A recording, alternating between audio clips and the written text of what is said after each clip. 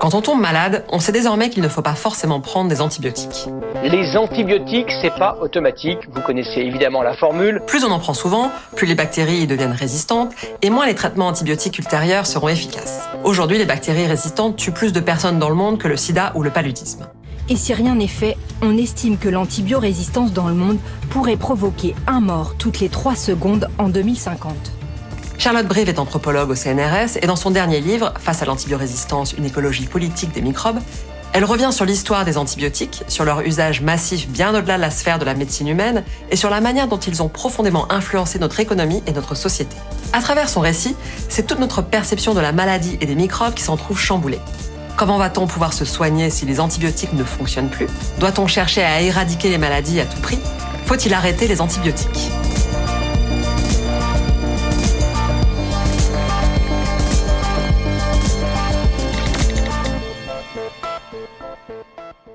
À la base, les antibiotiques sont des molécules qui sont produites naturellement par tout un ensemble de micro-organismes, des levures, des champignons, des bactéries. Le premier antibiotique à avoir été découvert est la pénicilline. Et on raconte souvent la légende de cette découverte accidentelle en 1928. Si la fenêtre d'Alexander Fleming n'avait pas été ouverte un jour de septembre 1928, et si une petite moisissure n'était pas venue se poser sur un bouillon de culture, il n'y aurait jamais eu cette lutte ardente qui commença dès 1940. Après ça, il a fallu attendre une quinzaine d'années pour que des chercheurs arrivent à synthétiser la molécule et à l'utiliser de manière thérapeutique. Et c'est à partir des années 40 que les antibiotiques commencent à être produits massivement. À partir de 1944, on l'a produit en quantité suffisante pour traiter l'armée américaine, les soldats de l'armée américaine, et en 1945, on est capable de traiter en fait l'intégralité de la population américaine. Et c'est à partir de là qu'on va avoir vraiment une espèce de boom des antibiotiques. Alors bien sûr, la révolution des antibiotiques a représenté un progrès médical inouï en termes de lutte contre les épidémies. Et de fait, les antibiotiques sont très pratiques puisque leur large spectre d'action permet de cibler de nombreuses espèces microbiennes. Par exemple, quand on tombe malade, très souvent le médecin va prescrire de l'amoxicilline parce que cette molécule marche contre plein de bactéries différentes. Le problème, c'est qu'on a commencé à s'en servir bien au-delà de la sphère thérapeutique humaine. Alors, ce qui est intéressant dans l'histoire des antibiotiques, c'est vraiment que très rapidement, on va leur trouver tout un tas d'utilisations qui va largement dépasser la santé humaine. Mais ça va très vite, c'est-à-dire que dès 1943, par exemple, on va commencer à utiliser la pénicilline dans les élevages pour traiter les mammites bovines, pour garantir la qualité du lait. Alors bien, en temps de guerre, donc c'est important de garantir ça. Mais très rapidement, aux États-Unis, on va commencer à utiliser les antibiotiques dans les cheptels bovins, qui sont de plus en plus, et je vais y revenir, sont de plus en plus massifs à cette période-là. Donc très vite, on va leur trouver des applications donc en curatif dans les élevages et en préventif. Donc ça, c'est un premier aspect. Et quand ils ont commencé à mettre des antibiotiques dans la nourriture des volailles, ils se sont rendus compte que eh bien les antibiotiques donc à dose très faible permettaient une augmentation de la croissance des animaux. Et donc c'est comme ça que très rapidement, ils ont aussi été utilisés comme promoteurs de croissance.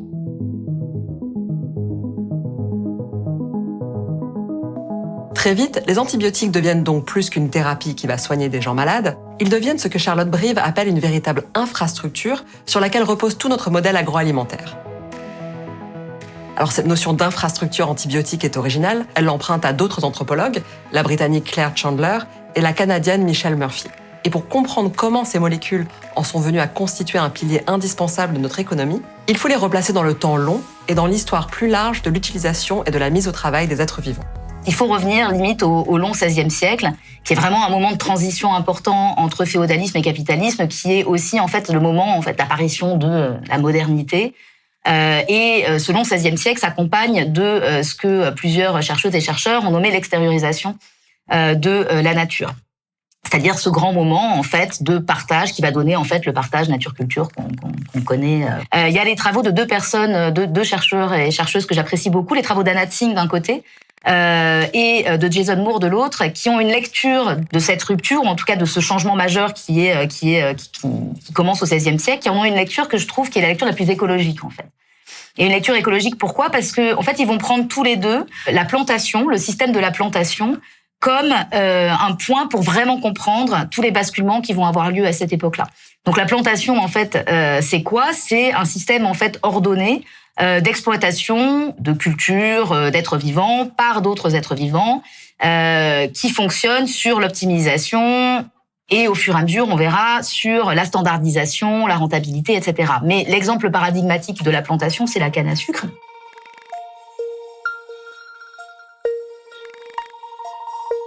Ce qui est intéressant, notamment dans ce que Tsing propose de cette plantation, c'est qu'elle montre très bien comment, pour que le système plantationnaire fonctionne, il va falloir couper les êtres qu'on veut exploiter, les êtres vivants qu'on veut exploiter, de leur réseau de relations habituelles. La canne à sucre, par exemple, en fait, a été extraite de son milieu de vie et on l'a mise dans un champ. On a fait de la monoculture et on a commencé à standardiser à la fois les organismes et les méthodes de production. Et donc, Tsing propose de parler de plantationocène pour initier en fait cette période de changement majeur. Et faisant en fait de la plantation le modèle paradigmatique des formes d'exploitation du vivant qu'on va continuer à avoir. C'est ce que fait Moore aussi. Alors lui, il propose le terme de capitalocène, que je trouve peut-être... Alors, je suis partagée, j'aime beaucoup les deux termes.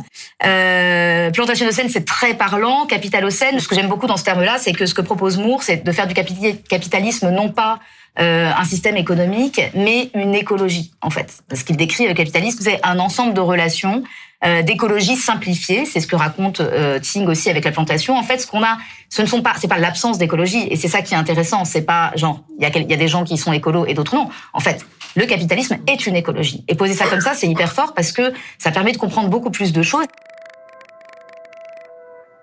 Je trouve ça intéressant de revenir au sens premier du mot écologie. Le plus souvent, l'écologie, c'est un courant de pensée qui vise à protéger la nature, pour le dire vite. Mais à l'origine, le terme renvoie à une science dont l'objet est l'étude des interactions des êtres vivants avec leur milieu et entre eux. Et donc on peut analyser le capitalisme de plusieurs manières, comme un système de production par exemple, mais aussi comme une certaine écologie, une écologie simplifiée telle que la représente la plantation. Et dans cette écologie-là, l'antibiotique joue un rôle fondamental. Alors pourquoi c'était important pour moi de revenir sur cette histoire-là? Parce que ce qui va se passer dans les siècles suivants, ça va être une espèce d'accélération, d'intensification, de densification du système des plantations. Si on prend l'élevage animal, puisque c'est là où je vais en venir avec les antibiotiques, ça voulait dire quoi? Ça veut dire que on va prendre des animaux, on va les mettre dans des espaces de plus en plus restreints, puisqu'on va vouloir un gain de place. Et alors, ce qu'il faut savoir d'un point de vue épidémique, c'est que quand on met des animaux dans un espace extrêmement restreint, bien évidemment, on va augmenter la possibilité de transmission d'un agent pathogène. Il n'y a pas de distanciation sociale et cette vitesse de transmission élevée, elle est en plus redoublée par un autre problème qui est que la plantation repose, comme je vous le disais, à la fois sur la monoculture, mais aussi donc sur la sélection génétique. Et donc le problème quand on a une très faible diversité génétique, c'est que quand un pathogène arrive là-dedans, s'il y a un des individus du cheptel qui est sensible au pathogène, a priori tous les autres le sont aussi. Et donc on a construit des espèces de bombes épidémiques, voilà, ces espèces de grands entrepôts dans lesquels alors je parle même pas de la maltraitance animale, voilà, vraiment du point de vue purement microbien en tout cas, c'est formidable, c'est vraiment ça arrive et puis ça voilà. Et donc pourquoi je vous raconte tout ça? Parce que qu'est-ce qui se passe avec les antibiotiques? Les antibiotiques, ça permet de prévenir les épidémies dans les élevages, ça permet de traiter quand il y en a, ça permet de faire grossir les animaux plus vite. Et donc, l'hypothèse que j'ai posée, qui est pas que la mienne, je veux dire, il y a beaucoup de travaux là-dessus, c'est que en fait, on a une intensification qui est redoublée par la possibilité qu'offrent les antibiotiques, justement, de résoudre ces problèmes-là. Les Chinois l'appellent l'hôtel à cochons. À 1000 km de Pékin, voici la plus grande porcherie au monde. Un bloc de béton rectangulaire de 26 étages où peuvent s'entasser jusqu'à 600 000 bêtes. Tout ça, ça serait possible, mais ça serait pas possible à un tel niveau sans les antibiotiques. Et donc c'est en ça vraiment que on peut parler donc vraiment d'infrastructure antibiotique. On arrive donc à une situation où ces molécules représentent un rouage essentiel de notre modèle agricole. Le seul problème, c'est qu'il s'avère que les bactéries ont vite développé génétiquement un arsenal de protection pour lutter contre les antibiotiques qui les menacent. Pour prendre un exemple, la bactérie Escherichia coli, qui est responsable d'infections urinaires, elle présente aujourd'hui environ 10% de résistance aux antibiotiques de référence. À quel moment est-ce qu'on prend conscience de ce risque qu'il y ait des bactéries qui puissent résister aux antibiotiques? Très rapidement. les chercheuses et les chercheurs vont se rendre compte que les bactéries trouvent des moyens de résister aux antibiotiques de façon naturelle. Et il y a plusieurs mécanismes en fait qui permettent d'évoluer et de muter. En fait, il y a ce qu'on appelle les mutations ponctuelles, donc les bactéries en fait se reproduisent et puis dans ces mécanismes de reproduction, il y a du brassage génétique. Il va y avoir une espèce de créativité constante par l'évolution qui font que ces bactéries vont trouver des moyens de résister. Ça, c'est un problème dont on est conscient très très vite. Fleming, dans son discours de remise du prix Nobel, explique qu'il y a de la résistance. Alors lui, la conclusion qu'il en tire, c'est si vous utilisez de la pénicilline, faut y aller quoi. C'est pas du microdosage, faut y aller à fond. Faut pas laisser à la bactérie le temps de trouver des parades et de devenir résistante. Rapidement derrière aussi, on se rend compte, et c'est ça qui est en fait absolument terrifiant dans toute cette histoire, c'est que dès les années 60, on a des rapports qui montrent qu'il y a des transmissions de résistance qui se font, notamment en Angleterre, dans des fermes. On se rend compte que la résistance qu'acquièrent les bactéries dans les fermes, ces bactéries en fait sont transmises ensuite aux vétérinaires, aux fermiers, à sa famille, etc. Et donc très rapidement, on sait que la résistance aux antibiotiques se transmet entre les espèces et à plein d'échelles différentes. Ça, c'est quand même dans les années 60. Donc il va falloir attendre vraiment très longtemps. En Europe, les promoteurs de croissance vont être interdits quand même au début des années 2000. Il faut attendre 2013 pour qu'on ait le rapport de Sally Davis qui vraiment jette un pavé dans la mare en disant que le problème de l'antibiorésistance c'est équivalent en fait au problème du réchauffement climatique et que là maintenant, si on fait rien, on va vraiment être très très ennuyé. Et donc là, on commence à sortir des chiffres qui sont très impressionnants. Like climate change, we humans are doing it to ourselves, but it could kill us before climate change does. It is a very important area, and we are underinvesting in sorting it out. It seems that humanity is not very good at sorting out a problem that's growing very slowly. At least 10 million could die every year if we don't get on top of this. Alors en France, qui est l'un des pays les plus consommateurs d'antibiotiques en Europe, les pouvoirs publics ont commencé à réagir dans les années 2000 et la campagne de sensibilisation a permis de baisser de 20% la consommation générale dans le pays. T'as l'air malade? Oui, j'étais chez le médecin, j'ai une angine. T'es sous antibiotiques? Non. Donc t'es pas malade? Si, j'ai une angine. Alors t'es sous antibiotiques? 3 angines sur 4 sont d'origine virale et se soignent sans antibiotiques. T'es sous antibiotiques? Non. Donc t'es pas malade? T'as l'air malade. T'es sous antibiotiques? Non. Et pas malade alors? Alors il y a quand même la campagne « Les antibiotiques, c'est pas automatique », avec l'idée qu'il faut faire attention de pas justement trop en donner ou il faut faire attention à bien suivre le traitement jusqu'au bout pour pas avoir sous-dosé. Ouais. Ça, quoi, c'est dérisoire par rapport. C'est pas complètement dérisoire. Le problème qu'il y a, c'est que oui, il faut faire très attention à la façon dont on utilise les antibiotiques, mais le problème de tout cela, c'est que ça fait systématiquement reposer en fait le poids du problème sur l'épaule des individus. C'est-à-dire que l'antibiorésistance, c'est un problème de gens qui savent pas prendre leur traitement ou qui le prescrivent pas correctement. Qu'on a dit avant montre que quand même, il faut savoir que la plus grosse partie du volume d'antibiotiques produits annuellement, en fait, est à destination des animaux d'élevage. Donc voilà, on a 70 milliards de poulets, 36 millions de bœufs, enfin, on parle vraiment en dizaines de millions d'animaux qui sont produits chaque année, vraiment produits, c'est-à-dire que voilà, avec l'aide des antibiotiques. Donc moi, je veux bien qu'on continue à parler des problèmes des gens qui prennent très mal le traitement, mais il faut savoir qu'aujourd'hui, l'antibiorésistance circule tellement que des gens qui n'ont jamais pris d'antibiotiques dans leur vie sont porteurs de bactéries qui, elles, sont antibiorésistantes. Aujourd'hui, on a des antibiotiques dans les eaux, dans les sols, etc. et à des doses, justement, minimes. Exactement ce que Fleming disait qu'il fallait éviter. Donc, en fait, on a une espèce de sous-dosage complet partout, maintenant, dans les milieux. Et donc, voilà, on n'a plus besoin d'injecter davantage d'antibiotiques dans la machine. Ça circule tout seul, quoi. Je dois avouer qu'autant la catastrophe en cours liée au dérèglement climatique, je l'avais bien en tête, autant je pense qu'on a encore du mal à prendre la mesure de ce qui est en train de se passer avec l'antibiorésistance. Non seulement tout un tas de maladies qui avaient été rendues bénignes, notamment des infections respiratoires, sont de nouveau mortelles, mais tout notre système agroalimentaire repose sur des molécules qui sont de moins en moins efficaces. Alors tout n'est pas complètement noir. Ce que j'ai découvert grâce au livre de Charlotte Brive, c'est qu'il existe une autre manière, peu connue, de combattre les infections bactériennes, ce sont les phages, qui sont en fait des virus qui ont été découverts entre 1915 et 1917 par un biologiste, Félix Derel. Alors, petit rappel sur la différence entre les bactéries et les virus. La bactérie peut vivre de manière autonome, alors que le virus a besoin d'un hôte pour survivre et se reproduire. C'est donc un parasite. Or, les phages ou bactériophages sont des virus qui ont pour hôte des bactéries. Ces virus bactériophages, on les trouve donc partout où il y a des bactéries. Les virus bactériophages sont les entités biologiques les plus représentées sur la planète, mais c'est aussi quelque chose que peu de gens connaissent. Et c'est absolument fascinant. C'est fascinant pour deux raisons. D'abord, comme c'est des virus qui sont inoffensifs pour les humains, ça permet de développer un autre type de pensée que celui sur le mode épidémie virale, etc. Et donc, c'est très réjouissant et très créateur pour réfléchir en fait aux relations entre les humains et les microbes. Et donc, la thérapie phagique ou la phagothérapie, c'est quoi? Donc, comme ce sont des virus de bactéries, ils ont des relations très complexes avec les bactéries depuis plusieurs milliards d'années. Mais parmi les relations qu'ils entretiennent avec la bactérie, il y en a une où ils se servent d'elle pour se reproduire. Et en se reproduisant dans la bactérie, ils provoquent la mort de la cellule bactérienne. Le phage est un virus inoffensif pour notre santé, puisque chacun ne tue que la bactérie avec laquelle il coévolue.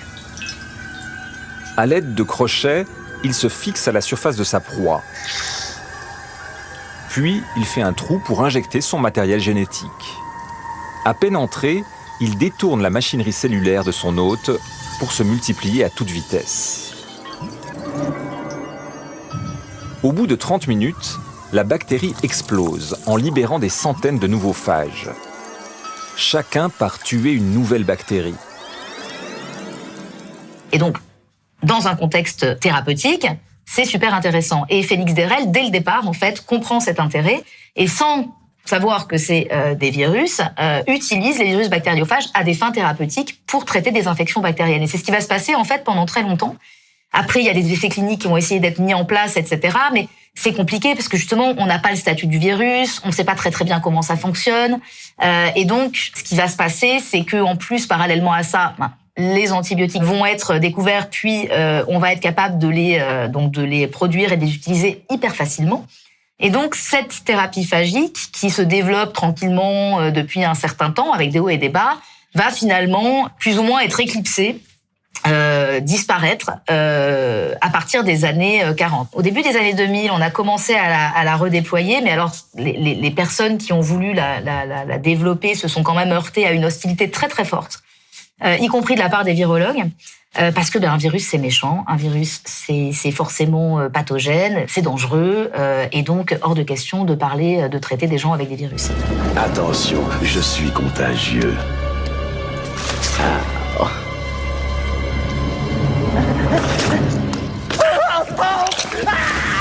Une des difficultés auxquelles se heurtent les personnes qui essaient de promouvoir ces thérapies, c'est donc celle de l'imaginaire qui entoure les virus. Et c'est pour ça que Charlotte Brive fait très attention au vocabulaire qu'elle emploie. Et par exemple, à un moment pendant une interview, elle s'est corrigée. Le phage, il injecte alors j'aime pas dire injecter, mais donc le phage transmet son ADN dans le cytoplasme. C'est marrant comment vous êtes repris sur le mot injecter.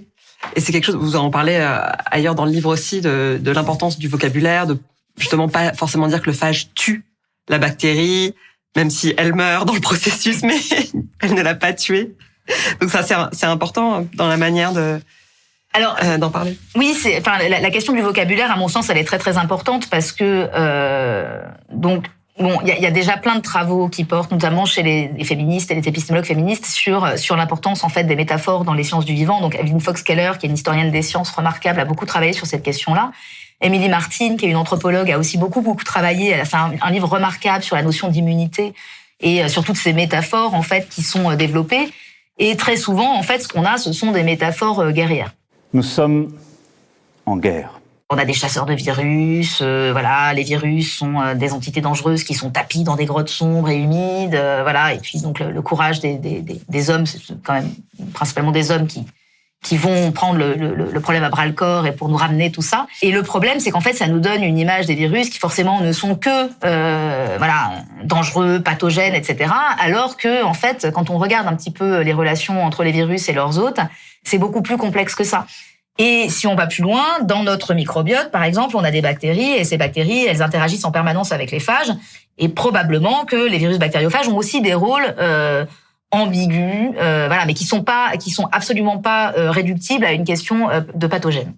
Donc je pense qu'à partir du moment où on veut avoir un regard et à partir du moment où on veut utiliser les microbes dans les projets des humains. Il faut vraiment avoir conscience en fait de toute cette pluralité de modalités d'interaction à la fois entre les phages et les bactéries, les bactéries et les êtres humains. Cette mauvaise image du virus n'a donc pas joué en la faveur des thérapies phagiques, mais le plus gros obstacle à leur développement vient surtout de l'industrie antibiotique. Et c'est là qu'on voit encore une fois l'influence énorme qu'ont les antibiotiques dans notre société, puisqu'ils en sont venus à définir ce que doit être un médicament, les critères à cocher pour avoir ce statut de médicament, et les preuves à fournir pour démontrer l'efficacité d'une molécule.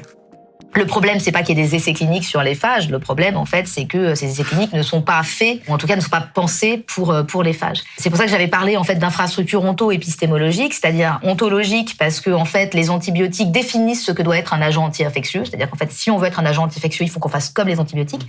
Et c'est aussi, en fait, une infrastructure épistémologique, puisqu'en fait, même la façon dont on va devoir prouver l'efficacité d'un agent anti-infectieux, ça va être de la même façon qu'on le fait pour les antibiotiques. Et donc, très, très curieusement et de façon, en fait, presque perverse, les antibiotiques, en fait, constituent un frein au développement d'une thérapie qui pourrait contribuer à résoudre le problème qu'ils créent.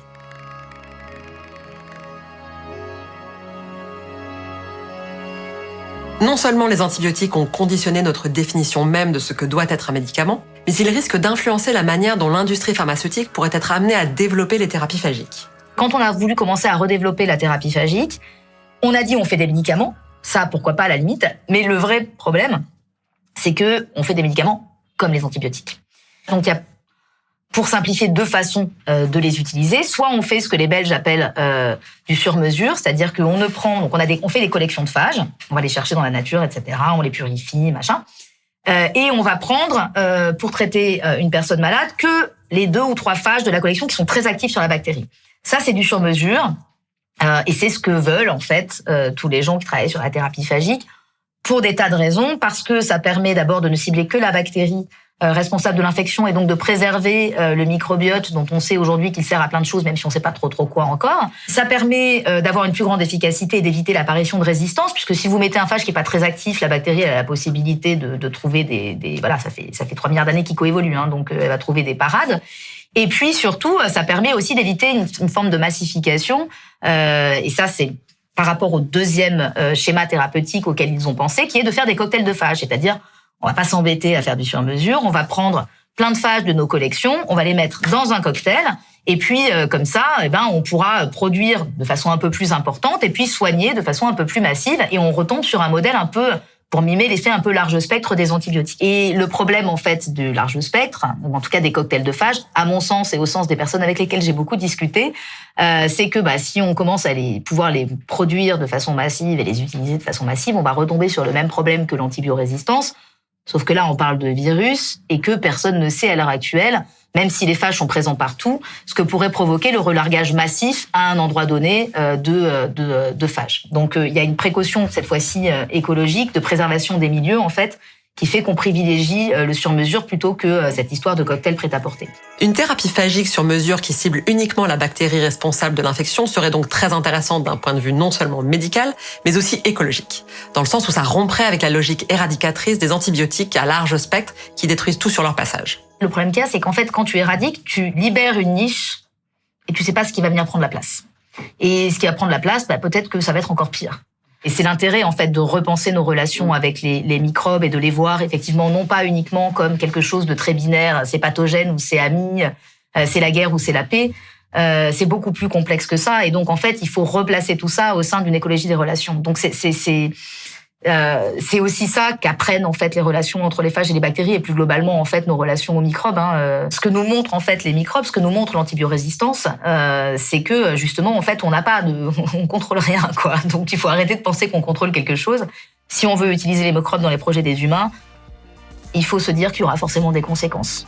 Il ne s'agit pas pour Charlotte Brive de dire qu'il faudrait vivre joyeusement avec les bactéries et arrêter les antibiotiques. C'est justement pour préserver leur efficacité qu'il est urgent d'adopter une conception plus écologique de la maladie et de réfléchir à la manière de composer avec les microbes qui auront toujours la capacité de faire autre chose que ce qui est attendu d'eux. Vouloir les éradiquer est aussi dangereux qu'illusoire, car à la fin, les bactéries gagnent toujours.